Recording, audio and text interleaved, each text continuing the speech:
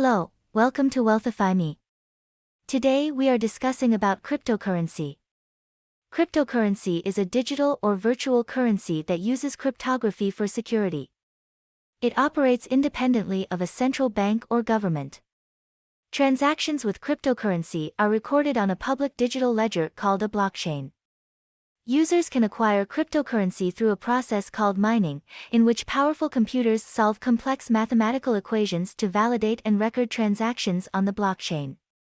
Cryptocurrency can also be bought and sold. Once a user acquires cryptocurrency, it can be stored in a digital wallet, which is a type of software that allows for the sending and receiving of the currency. Cryptocurrency is decentralized, meaning it is not controlled by any government or institution. This allows for fast and inexpensive transactions, but also means that it is not backed by any physical assets. Kindly subscribe for more informative content.